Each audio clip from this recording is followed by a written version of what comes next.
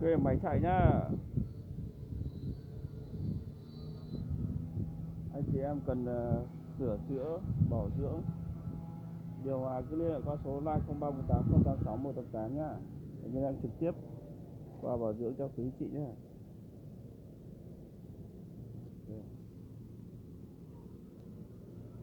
Sửa chữa bơm ga thì cứ liên hệ qua số line 0318086188 để bên em trực tiếp qua tư vấn và bảo dưỡng cho sửa chữa cho quý chị.